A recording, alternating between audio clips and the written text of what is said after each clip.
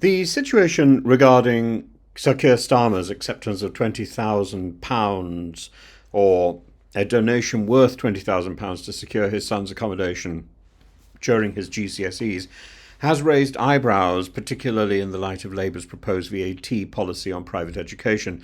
Nadine Dorries is particularly outspoken about this, and normally I mock and disapprove of Nadine Dorries, but in this particular case, I think she's raising an interesting point.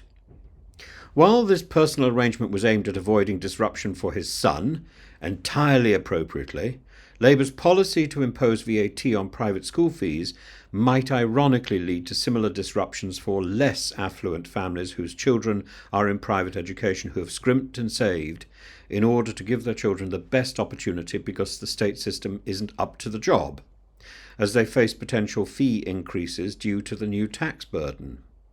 Many families struggle to ensure their children get a good education, and either this means that they pay exorbitant rates to move to a good catchment area so that they have a choice of a decent secondary school for or primary school for their children, or they opt for private education. Either way, they're paying for education, aren't they? And this is the problem. To suddenly penalise children through their parents by racking up the school fees in the middle of a school year is very likely to interrupt a child's exam preparation, or indeed even the possibility they can sit exams in that school. This is serious. It's not just a matter of children who have special needs which are being met by private education, by private schools, who haven't been properly or fully diagnosed and are yet receiving the help that they need. The system is sluggish. Parents know their children, and parents do their very best, if they can, to help their children.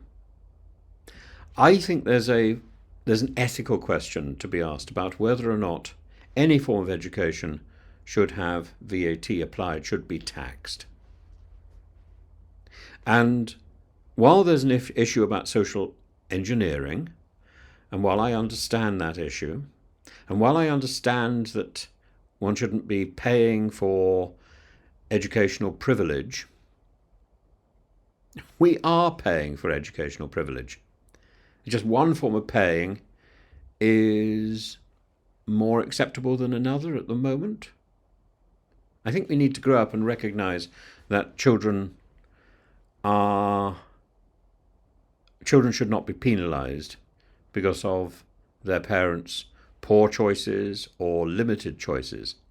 Education should be improved for everybody, which means we need to change the system. The proposed 20% VAT on private school fees could raise what?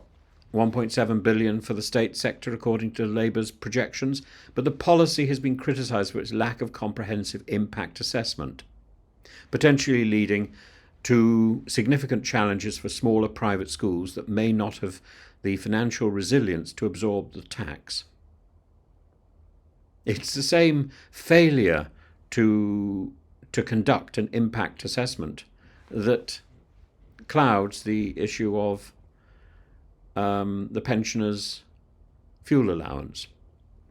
Some schools might exploit loopholes, such as reclaiming VAT on past building projects or reclassifying services to mitigate the problem, which could lead to unintended financial benefits for wealthier institutions.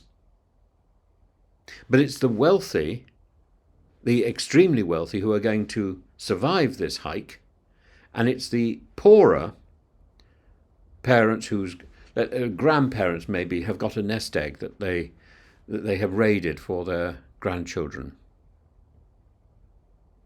that they don't take holidays, that they don't have extra cars, that they've scraped and saved, that they've not moved house.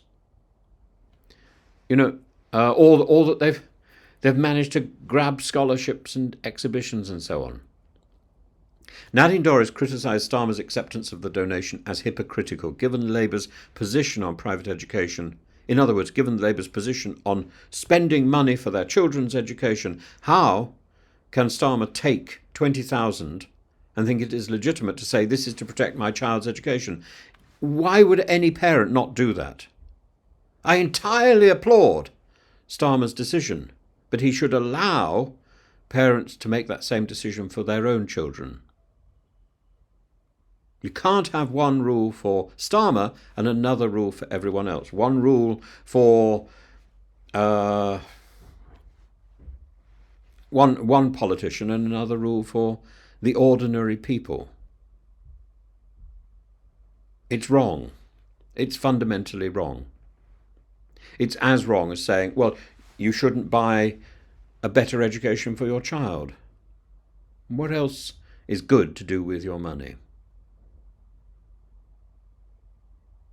If we have the money, then we want to make sure our children have the best opportunity ever. We want to buy them books. We want to buy them stimulating activities. A lot of parents buy extra tuition for their children, even in state schools. And some of it is efficacious, of course. Dorries herself has been accused of financial impropriety, diminishing the effectiveness of her criticism and highlighting the complex ethical landscape of political finance. Of course. She's not exactly the best person to make a case here, but it doesn't mean the case isn't worth making.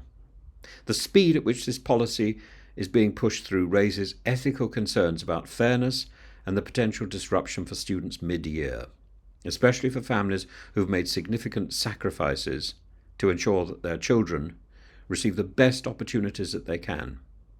What's going to happen to them now? Will the state schools actually be in a position to take them in?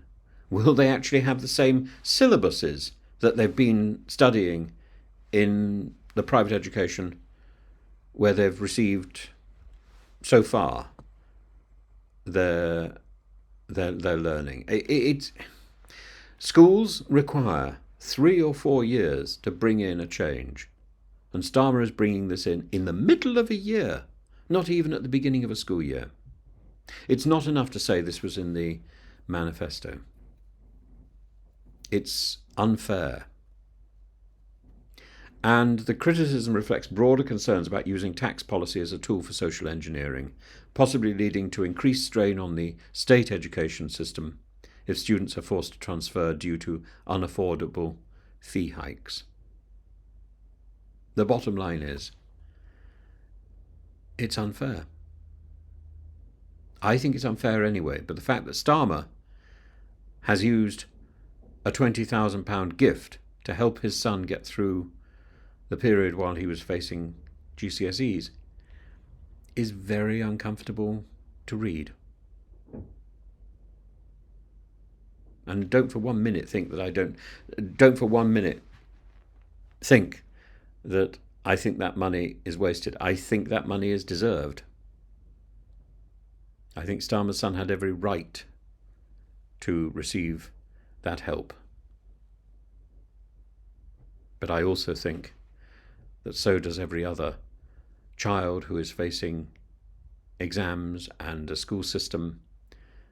This is something that should be planned. It's not something that should be imposed in a knee-jerk attempt at social engineering.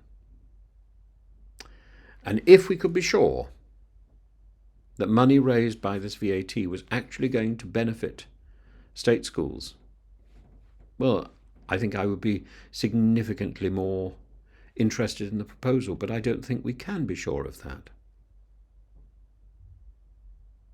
Without changing the system, the state schools will continue to struggle, as indeed does private education. It's not money we need, it's a new system.